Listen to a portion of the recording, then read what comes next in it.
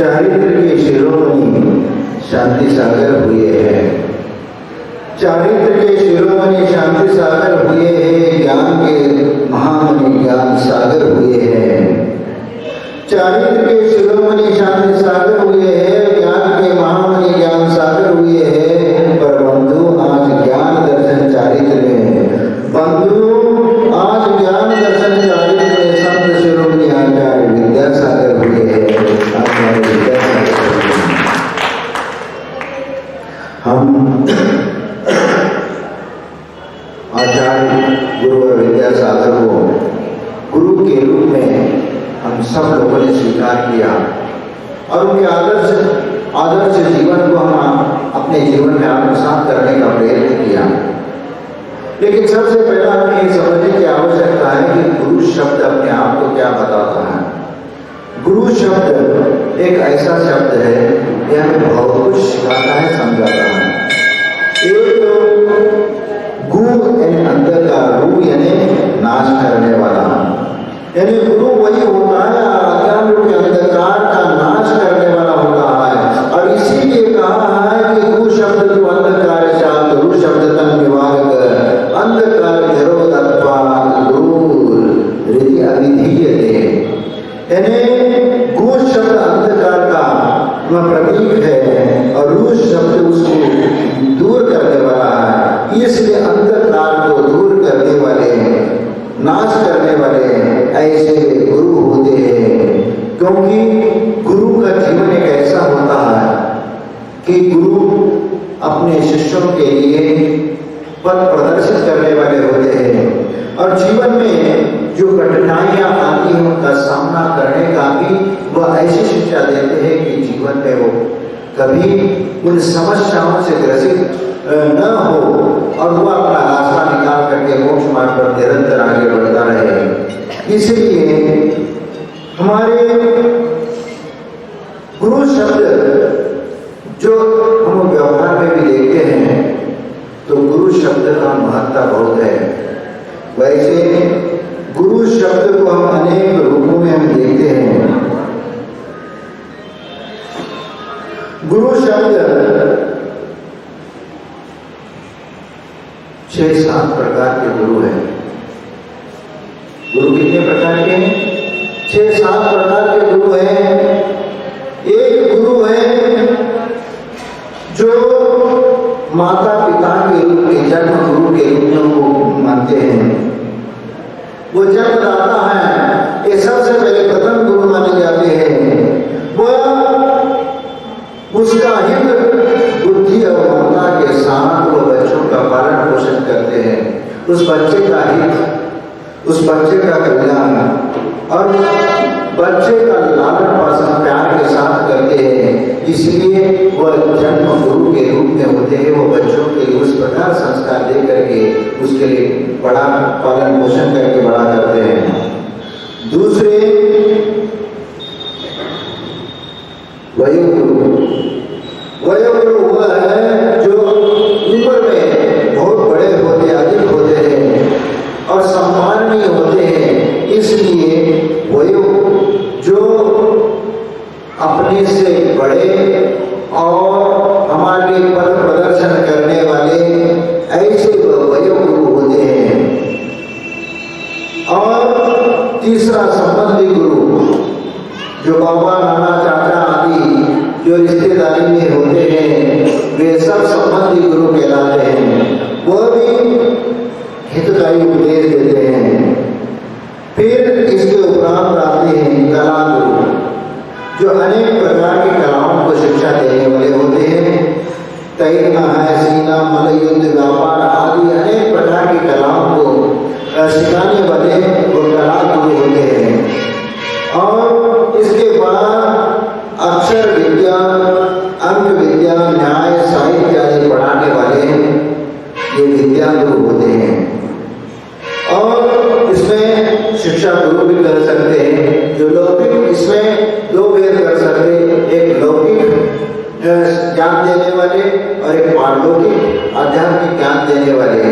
इस प्रकार ये विद्या गुरु होते हैं। और जो गुरु धर्म गुरु के रूप में स्वीकार किया जाता है, वह धर्म विद्या की शिक्षा देते हैं, वह शिक्षा भी देते हैं और दीक्षा भी देने का काम करते हैं। वह दीक्षा गुरु भी है और धर्म गुरु भी है, दोनों उनमें गुण निहित होते हैं।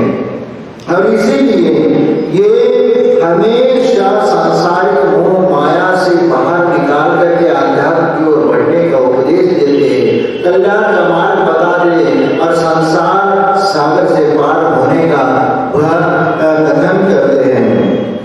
और सातवें गुरु है कुगुरु, जो अन्याय अनिति अधर्म और पाप और कुपथ का शिक्षा देने वाले वो गुरु होते हैं। और ये गुरु ऊपर नाव के समान, पत्थर के नाव के समान स्वयं भी डूबते हैं और दूसरों को डुबाने का काम करते हैं, वे गुरु कहलाते हैं। सभी गुरु सब सिखाने वाले होते हैं, कुछ ना कुछ कला सिखाने वाले होते हैं और ये सभी गुरु कहलाते हैं। लेकिन इसमें ये बात होती है कि कुछ बातें ऐसी होती है कि ये गुरु जो होते हैं वे कब अन्याय अनिति से वह अपनी शिक्षा देने वाले होते हैं, वो कभी स्वयं अपना बना कर पाते हैं, न शिष्य का भला कर पाते हैं। और इसीलिए इन समस्त गुरुओं में ये दो प्रकार के गुरु ऐसे हैं, जो एक विद्या गुरु और एक धर्म गुरु। धर्म गुरु को दीक्षा गुरु को ये बात एक ही है, क्योंकि दीक्षा के बाद शिक्षा देने का काम वो गुरु ही करते हैं और इसीलिए वह धर्म गुरु के रूप में भी उनको समझ में आता है, समझ लेते हैं। विद्या गुरु के प्रयत्न से मनुष्य के ज्ञान नेत्र खुल जाते हैं और अज्ञान के अंधकार दूर करके वह आत्म कल्याण की ओर आगे बढ़ते हैं। और इसीलिए धर्म गुरु हम सभी के हित करने वाले, सभी संसारिक भव्य जीवों का कल्याण का पथ प्रदर्शन कराने वाले ऐसे भी रहते हैं। और इनमें सभी गुरु अपने अपने हिसाब से कुछ थोड़ा बहुत भौतिक लाभ तो उनके द्वारा होता है, लेकिन जो सद्गुरु है, जो धर्म गुरु है, दीक्षा गुरु है, इनके द्वारा जो कल्याण होता है वह एक अनुपम आत्मनिधि को दिलाने वाले वे गुरु कहलाते हैं। ये जितना तो उपकार होता है उतना अन्य किसी गुरु का उपकार नहीं माना जा सकता, क्योंकि एक आत्मा का ज्ञान कराने में, आत्म कल्याण के पथ का प्रदर्शन कराने वाले ये उसके निष्णात होते हैं और वो उसकी शिक्षा दे करके अपने आत्म कल्याण के मार्ग पर आगे बढ़ते हैं। ऐसे गुरु के जीवन के बारे में भी हमें समझने की आवश्यकता है, क्योंकि कहा जाता है गुरु गूंगा गुरु पावरा, गुरु के रहिए दास, जे गुरु भेजे नरक को भी स्वर्ग की रखोवास। क्योंकि गुरु कैसा भी हो, गुरु होता है वो हमेशा गुरु के पथ पर चलने वाला वह व्यक्ति निश्चित, यदि गुरु यदि कहे कि इस कुएं में गिर जाओ, कूद जाओ, तो आंख बीच करके कूद जाना चाहिए। क्यों? क्योंकि गुरु ऐसे कभी आपको शिक्षा नहीं देंगे तेरा अनर्थ हो सके, तेरा यानी उस शिष्य का कोई अनर्थ हो सके, ऐसा कभी वह नहीं कर सकते। इसीलिए वह भले ही कुछ भी कहे, लेकिन निश्चित है कि उस पथ में वो पथ कठिन है, वो मार्ग कठिन है, लेकिन लक्ष्य हमारा स्वर्ग का ही होता है। इसीलिए गुरु कैसा भी मार्ग, संकटमय रास्ता भी दिखा दे, दुखमय रास्ता भी दिखा दे, उस रास्ते से चलने में तुम्हें कष्ट जरूर होगा, लेकिन तुम निश्चिंत रहो कि तुम्हारे लिए सदगति मिलेगी, स्वर्ग मिलेगा और मोक्ष मिलेगा। इसलिए गुरु के बारे में भी, क्योंकि गुरु के उपकार अपने जीवन में इतने होते हैं, कि उनको उपकारों का खंडन हम पूर्ण रूप से नहीं कर पाते हैं, क्योंकि आचार्य सिंह के बारे में यदि आप जानना चाहते हो तो आचार्य सिंह ने 9 साल की उम्र में आचार्य शांति सागर जी के दर्शन करने के लिए एक शेरवा ग्राम में वो आचार्य शांति सागर जी थे, वहां पर उन्होंने सबसे पहला दर्शन कर लिया। और दर्शन करने के उपरांत उन्होंने संकल्प लिया कि अब मैं प्रतिदिन मंदिर जाकर के देव दर्शन का उन्होंने संकल्प ले लिया। और उसी समय जो आचार्य शांति सागर जी का दर्शन कर लिया तो उसी समय मन में एक भाव उत्पन्न हो गया कि नहीं, मैं अपने जीवन में भी मुनि बन करके अपना आत्म कल्याण करूंगा। भले ही उस समय वो स्थिति हो या न हो, लेकिन भावना उन्होंने की। आगे की बात आगे होती है, क्योंकि भविष्य में क्या होना क्या नहीं होना ये अलग बात होती है, लेकिन उस छोटी उम्र में 9 साल की उम्र में, क्योंकि शास्त्रों में कहा है कि 8 वर्ष अंतर मूर्तवा सम्यक दर्शन को प्राप्त करने की योग्यता प्राप्त हो जाती है। और वो व्यक्ति इतना ही नहीं कि विदेश क्षेत्र आदि में 8 वर्ष अंतर मूर्तवान दीक्षा लेकर के केवल ज्ञान भी प्राप्त कर सकता है और वह अपना आत्मा का कल्याण भी कर सकता है, ये शास्त्रों में कहा है। तो 90 वर्ष में उन्होंने संकल्प किया कि प्रतिदिन देव दर्शन का, और गुरु के आचार्य शांति सागर जी के सामने उन्होंने अपनी भावना अपने मन में भावना की कि हमें भी ऐसा बनना।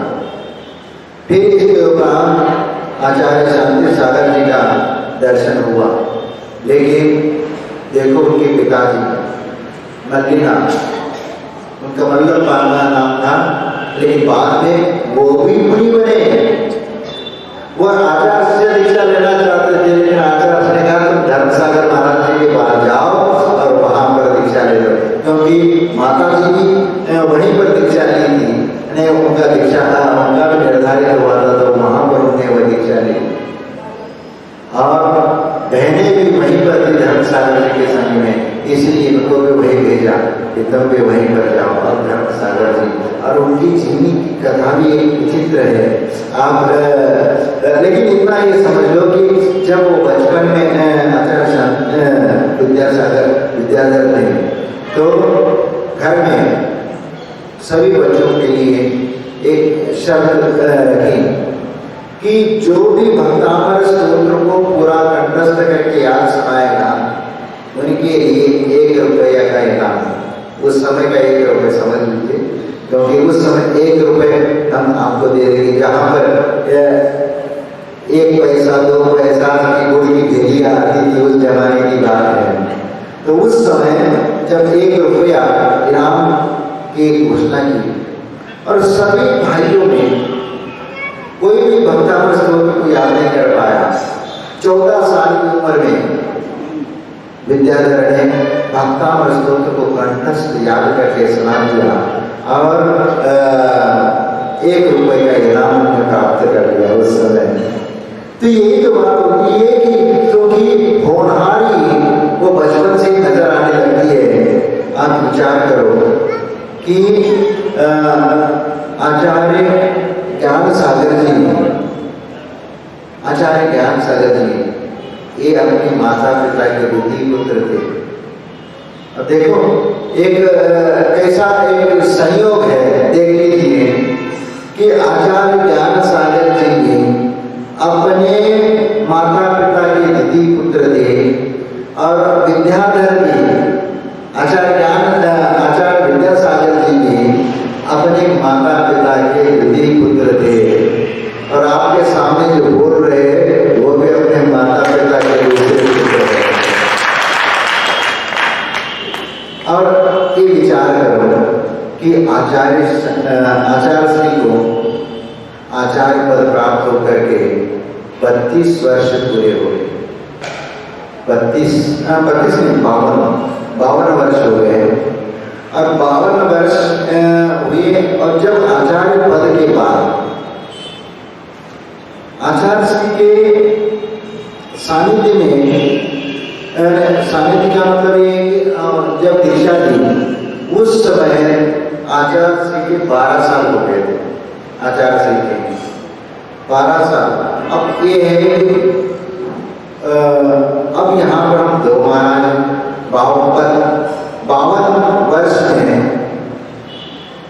2 का भाग दे दीजिए, कितना रह जाता है? 26 वर्ष। 26 में से 12 साल निकाल दीजिए, 37-38 वर्ष हो गए। 12 साल कम हो गए, 26 वर्ष गुरुदेव की एक ऐसा योग संयोग निमित्त रहा कि उनके जीवन में उनके साथ रहते हुए ऐसे कई प्रसंग हैं, आपको कल्पना नहीं कर सकते कि हमने हमारा सौभाग्य समझते हैं हम कि हमारे लिए एक ऐसे गुरु मिले जिन्होंने ऐसे मार्ग बताया, ऐसे पथ प्रदर्शन किया कि ऐसे कोई भी नहीं हो सकता। जब हमारे मन में कोई भी कठिन से कठिन साधना करने का प्रसंग आया तो गुरुदेव से कहा, चाहे वह प्रतिमा योग धारण करके, क्योंकि प्रतिमा योग धारण करने की आसान बात नहीं होती, 84 घंटे तक एक ही स्थान पर बैठ करके साधना करना, और उस समय खड़े होकर के, अब ये देखो विचार करो, 84 घंटे में से 60 घंटे खड़े होकर के गए, और उस समय आचार्य श्री के पास जब उसका प्रतिमा धारण करने के लिए जाते हैं, तब देखो वह अपने शिष्य को भी देखते, क्योंकि प्रतिमा योग धारण का मतलब 24 घंटे सोना नहीं, सिर्फ साधना करना है। और फिर आचार्य से कहते हैं, कर पाओगे ना? गुरुदेव आपका आशीर्वाद हो तो सब हो जाएगा। और आचार्य ने कभी भी कोई भी साधना के लिए कभी मना नहीं किया, क्योंकि यही तो गुरु के में ये होती है, विशेषता होती है कि कई कितनी भी बड़ी से बड़ी साधना करने के बाद यदि शिष्य करता है तो जरूर उसको प्रोत्साहन देते हैं और उनके लिए बताते हैं। और यहाँ तक कि जब शुरू में दीक्षा ली हुई थी तो उस समय हमने कहा कि महाराज हम तो जमीन पर सोना चाहते हैं, और उस दिन सोए भी। तो उस समय आचार्य श्री के पास जहाँ तक के बोला कि महाराज ऐसा नहीं है। तो आचार्य ने कहा कि देखो, ये साधना करने के लिए जमीन जो है अपने लिए उस प्रकार का उपयुक्त भूमि नहीं है, क्योंकि मिट्टी में सोना हो तो उसके लिए तो बेहतर है, लेकिन ये फर्श पर सोना ये शरीर के लिए हानिकारक है, इसलिए ये साधना करना ये अच्छा नहीं है। इसीलिए और उन्होंने स्वयं बोला कि मैं भी जब ज्ञान सागर जी के साथ था उस समय मैं भी जमीन पर सोता था, उस समय बोला। तो हमें भी बहुत खुशी हो गई कि आचार्य जी स्वयं उस प्रकार की साधना कर चुके हैं, तो हम उनका मार्गदर्शन ही हमारे सबसे महत्वपूर्ण बात होती है। तो उन्होंने कहा कि नहीं, ये मार्बल है, इसमें शरीर की एनर्जी खींच लेता है और इसमें से शारीरिक क्षमता कम हो जाती है, इसलिए इसके ऊपर नहीं सोना, उसकी जगह आप पाटे पर सो जाना। लकड़ी का पाटा है, लकड़ी के पाटे पर सो जाना। तो इस प्रकार आप साधना कर सकते हैं। क्योंकि यही तो होती है कि छोटी छोटी बातें भी कई बार साधना की होती है। तो क्योंकि आज वह युग नहीं है जो युग गिरी कदरों में जहाँ तक ये साधना करने की और वहाँ तपस्या करने की, लेकिन फिर भी जब जंगल की साधना की बात आई, चिन्मय सागर जब जंगल में जाने लगे तो उस समय फिर एक बात आई कि वो जंगल में वहाँ जाए और फिर हम मंदिर में रहे हैं, तो गलत संदेश जाता है। तो हमने आचार्य से पूछा, बताओ गुरुदेव की यदि ऐसे जंगल में, वैसे उनके साथ वहाँ जाना सही क्या क्या है बता दीजिए, सही गलत आप बता दीजिए कि जाना चाहिए या नहीं जाना चाहिए। आचार्य ने क्या कहा, यदि वह कहते कि कलियुग का प्रभाव बोल करके वह यह कहते कि अभी कलियुग में उस प्रकार साधना करना ठीक नहीं, ऐसा कह देते। लेकिन एक समय था कि शास्त्रों में कहा है कि साधुओं को जंगलों में जाकर के साधना करना ठीक नहीं है, क्योंकि करो काले वनवासो वर्जनीय मुनीश्वरे, वर्जनीय मुनीश्वरे, इस प्रकार कहा है। क्योंकि साधुओं के लिए इस कलियुग में साधुओं के उस समय साधुओं के ऊपर संकट आते थे, क्योंकि उस समय उपसर्ग आते थे, क्योंकि इसीलिए उनकी जान को खतरा थी। इसलिए उस समय आचार्य ने ये लिखे कि इस युग में भाई मंदिर में ही साधना करना चाहिए। लेकिन अब इस लोकतंत्र में की बात थी, तो अब उस प्रकार का प्रसंग नहीं है। तो आचार्य ने देखो उस समय कहा कि ठीक है, यदि आप दोनों यदि जा करके करते हैं तो कोई बात नहीं, आप दोनों जा करके इस प्रकार साधना कर सकते हैं।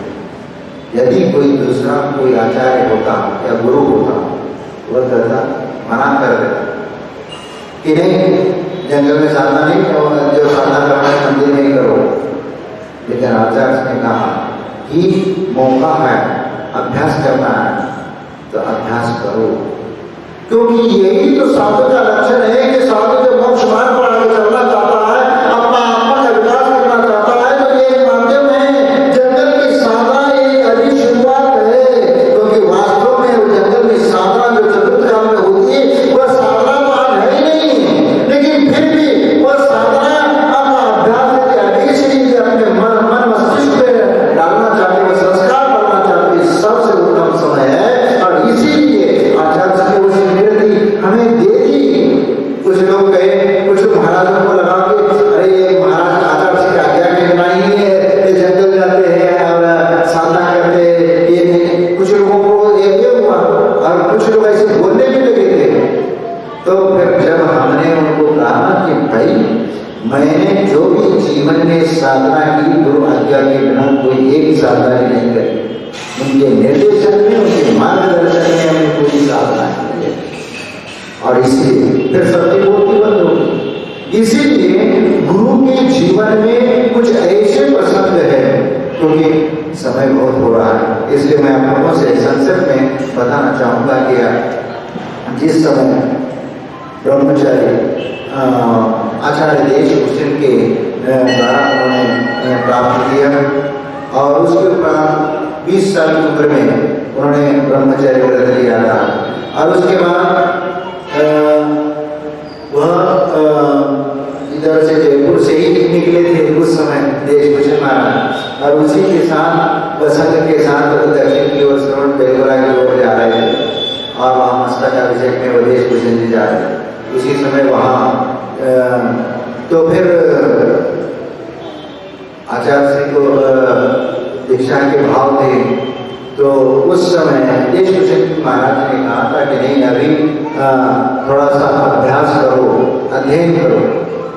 तो फिर उस समय उनको किसी ने बोला कि उत्तर राजस्थान में ज्ञान सागर पंडित जी है, ज्ञान सागर महाराज हैं, ज्ञान सागर जी तो बहुत बड़े विद्वान हैं, तो आप उनके पास जा करके अध्ययन कर सकते हो। संघ में किसी ने बताया, तो उन्होंने देशभूषण जी से स्वीकृति लेकर के वहाँ से वह सीधा ज्ञान सागर जी के पास पहुँचे। उस समय अजमेर नहीं थे, जहाँ तक अजमेर आसपास नहीं इंडिया में थे, तो वो वहाँ पहुँचे और आचार्य ज्ञान सागर जी के पास जा करके हमने निवेदन कर दिया कि गुरुदेव मैं आपके पास आपका कल्याण के लिए आया हूँ, दीक्षा शिक्षा लेने के लिए आया हूँ, आप बताओ हमें आशीर्वाद दीजिए। तो ज्ञान सागर ने पूछा तुम्हारा नाम क्या है? मैंने कहा विद्याधर। तो ज्ञान सागर ने बोला भाई ऐसे विद्याधर तो बहुत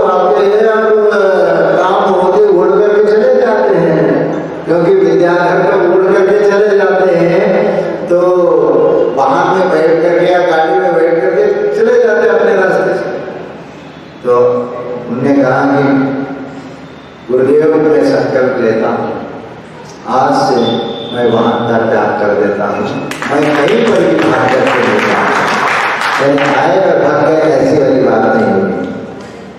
तो उन्होंने तो वाहन का त्याग कर लिया, कहीं पर भी यानी कि आपके चरणों में रहेंगे। उनका अध्ययन शुरू हुआ और कुछ समय बाद एक प्रसंग आया कि शाम को पानी लेने वगैरह जाना होता था। तो फिर जो एक सेठ अजमेर में, तो उनको क्या है, उनका घर थोड़ा दूर था, उन्होंने क्या रिक्शा कर ली और रिक्शा करके विद्याधर को ब्रह्मचारी को बोल दिया कि तुम रिक्शा में बैठ करके चल। रिक्शा में बैठ करके चले गए और हार करके आगे आने के बाद ध्यान सागर को मालूम पड़ा कि ये रिक्शा में बैठ करके वहाँ गए थे। हमने बोला तो कैसे गए थे? वाहन में बैठ के, रिक्शा में बैठ के गए थे। तो तुमने तो वाहन का त्याग किया था, तो रिक्शा में कैसे बैठ गए? तो आज उस समय ब्रह्मचारी विद्याधर ने उनको कहा कि महाराज मैं आपको छोड़कर कहीं नहीं जाऊंगा, इसके लिए कि कोई वाहन का उपयोग नहीं करा, उसके लिए मैंने संकल्प लिया है। अब यहाँ आपको छोड़कर मैं थोड़ी जा रहा हूँ, हाथ में देवर था, इसलिए वह सेठ जी ने वाहन में बिठा कर ले, इसलिए मैं बैठा था। इसका मतलब मेरा वो संकल्प ये था कि मैं आपको छोड़ करके कहीं पर भी वाहन में बैठ करके नहीं जाऊंगा, ये मैं संकल्प लिया। तो ठीक है, तो कई बार ऐसे प्रसंग आते हैं कि ऐसे घटित होते हैं कि एक बार की बात है कि आचार्य ब्रह्मचारी अवस्था में वह तत्व सूत्र वगैरह पढ़ाते थे। उस समय ज्ञान सागर के उनको कुछ होमवर्क दिया करते थे, वो याद करने के लिए कह देते थे। तो उस समय वह इतना रात के 12 बजे तक वह किताब लेके खड़े होकर, क्योंकि बैठेंगे तो नींद आएगी, ये होगी, तो इसलिए खड़े होकर के वो पाठ करते थे। और पाठ करते करते 12 बज के 1 बज गए। और एक बार ज्ञान सागर ने कहा कि वो कचौड़ी मन जी थे, कचौड़ी मन को हमने बोल दिया कि कचौड़ी मन जी, वो ब्रह्मचारी रात में क्या करता है, थोड़ा सा देख लो, सोता रहता है क्या, पढ़ता रहता है क्या, कुछ क्रिया में क्या करता है, देख लो थोड़ा। तो कचौड़ी मन रात उठ करके देखते थे और खिड़की से झाँक करके देखते थे क्या सो रहा है या क्या पढ़ रहा है। तो एक बार वो 10-11 बजे के लगभग उठे, उन्होंने देखा वो पढ़ रहे थे, फिर जा करके सो गए। 12 बजे आ गए, फिर भी अभी खड़े होकर के पढ़ रहे हैं, फिर वो चले। अरे तो एक बार जा करके बोला ब्रह्मचारी कब तक ऐसे पढ़ते रहोगे, अब सो जाओ। मैंने कहा कि हाँ मैं सोता हूँ, थोड़ा सा इसको याद करना, याद करके मैं सो जाऊँ।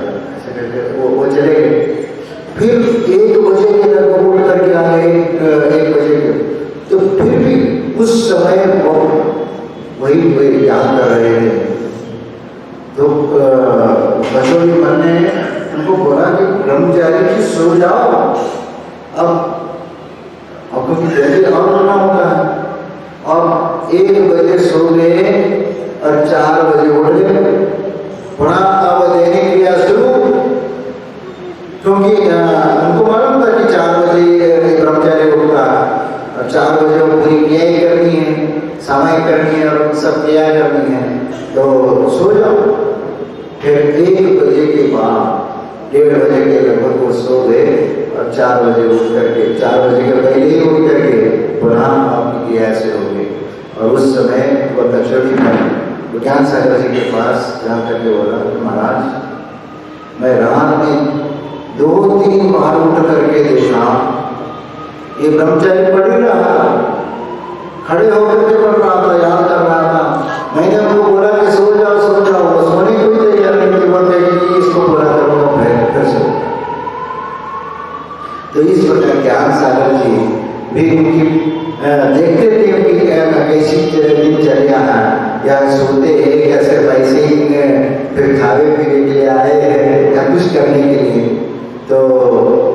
ज्ञान सागर जी ने कुछ ही समय में आचार्य श्री का पूरा जीवन चरित्र पढ़ लिया, क्योंकि उनकी चर्या, उनका आचार विचार, यहाँ तक कि उन्होंने वो पूरा तत्वार्थ सूत्र कंठस्थ करके सुना दिया।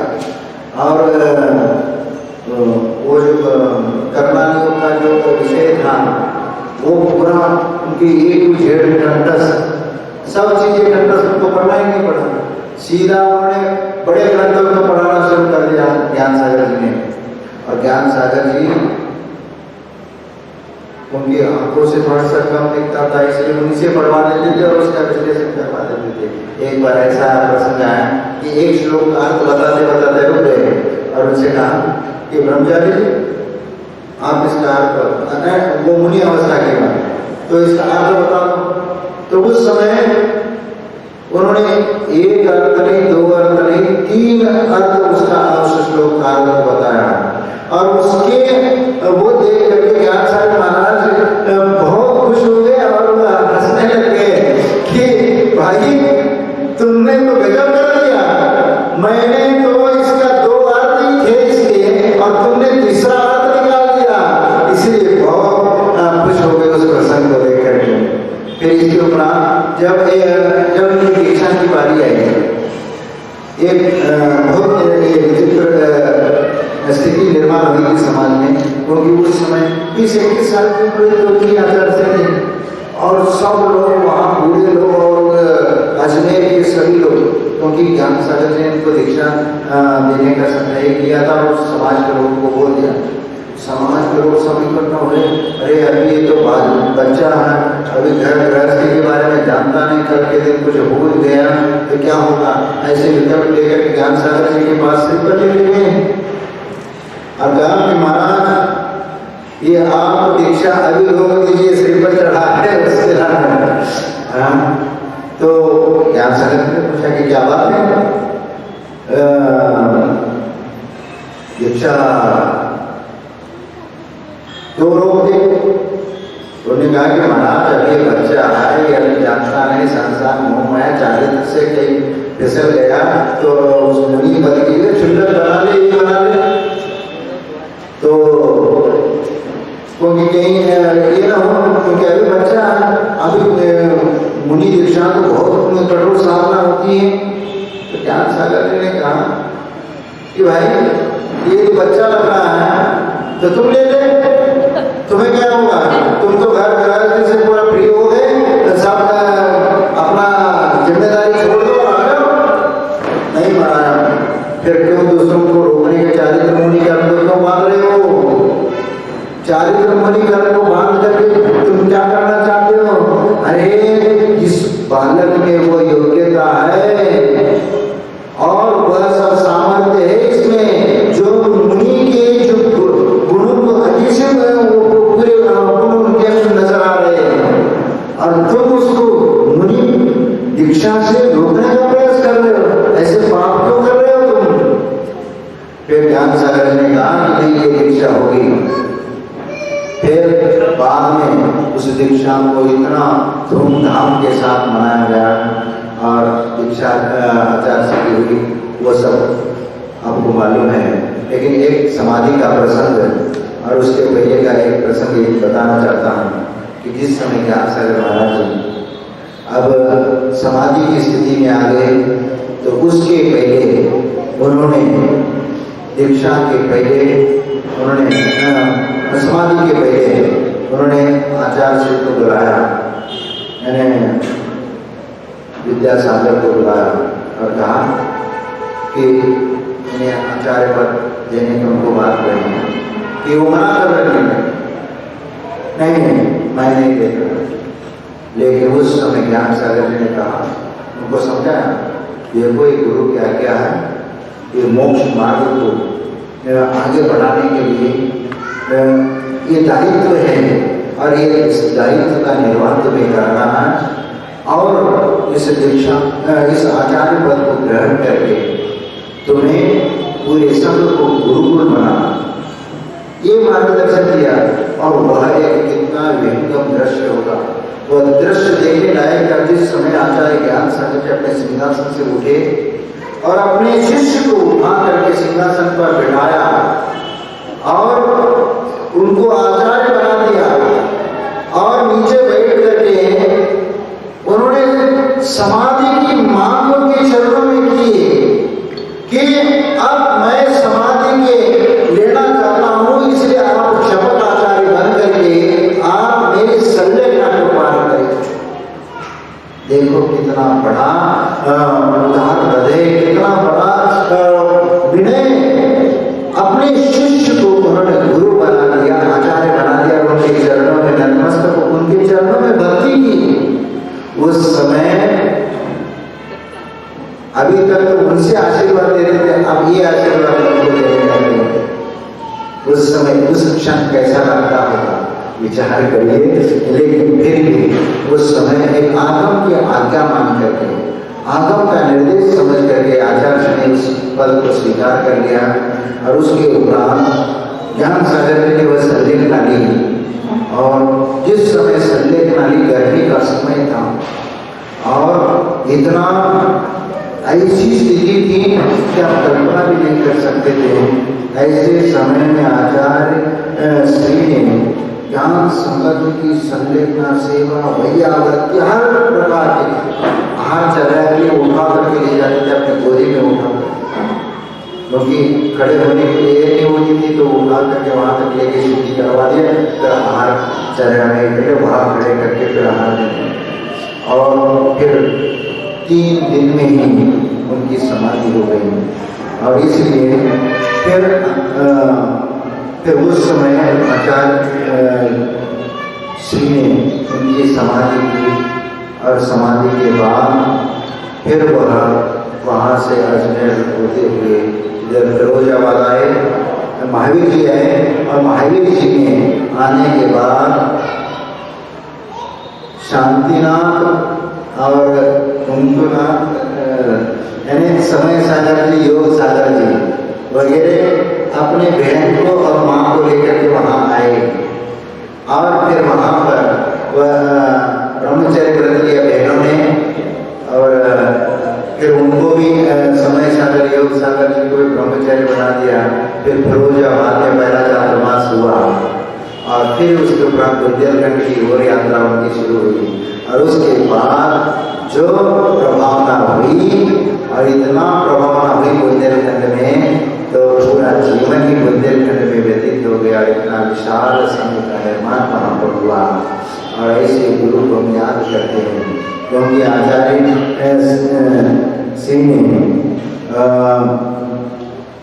आषाढ़ शुक्ला पंचमी को विक्रम संवत 2025 अनुसार 30 जून 1967 रविवार के दिन मुनि दीक्षा ली थी और ज्ञान सागर गुरु से आचार्य पद के लिए प्रेरणा मिली। और फिर वह मत्स्य कृष्णा दूज संवत 2019 22 नवंबर 1972 में बुधवार के दिन उन्होंने आचार्य पद ग्रहण कर लिया। और आज का ही वह दिन है कि मत्स्य कृष्णा दूज और आचार्य, और आज 52 वर्ष हो गए उनके आचार्य पद के। और उन्होंने अपने जीवन काल में इतना बड़ा विशाल संघ का निर्माण किया। गुरुकुल, जैसे ज्ञान सागर ने बताया था कि अपने संघ को गुरुकुल बनाना, तो उसी प्रकार गुरुकुल बना करके उन्होंने जिन शासन का डंका बजाया और जिन शासन की प्रभावना की, प्रतिभास्थली, ब्राह्मी विद्या आश्रम आदि की स्थापना करके उन्होंने बहुत सारे युवक और युवतियों को ब्रह्मचारी और ब्रह्मचारी बना करके मोक्ष मार्ग पर उनको दीक्षा दे करके भी आगे बढ़ाया। और इसी परंपरा को वैसे आचार्य सिंह जी पिछले साल डूंगरगांव में अस्वस्थता के कारण वहाँ उनकी समाधि हुई। और ये सब हमारे लिए खेत की बात है। लेकिन उसके बाद आचार्य जो ज्येष्ठ मुनि समय सारा जी को अपना आचार्य पद उन्होंने प्रेषित किया और आज अभिनव आचार्य के रूप में हम लोगों के वे गुरु है और उनके मार्गदर्शन में हम मोक्ष मार्ग पर आगे बढ़ने का विचार करेंगे। समय आपको जय गुरु मान लीजिएगा।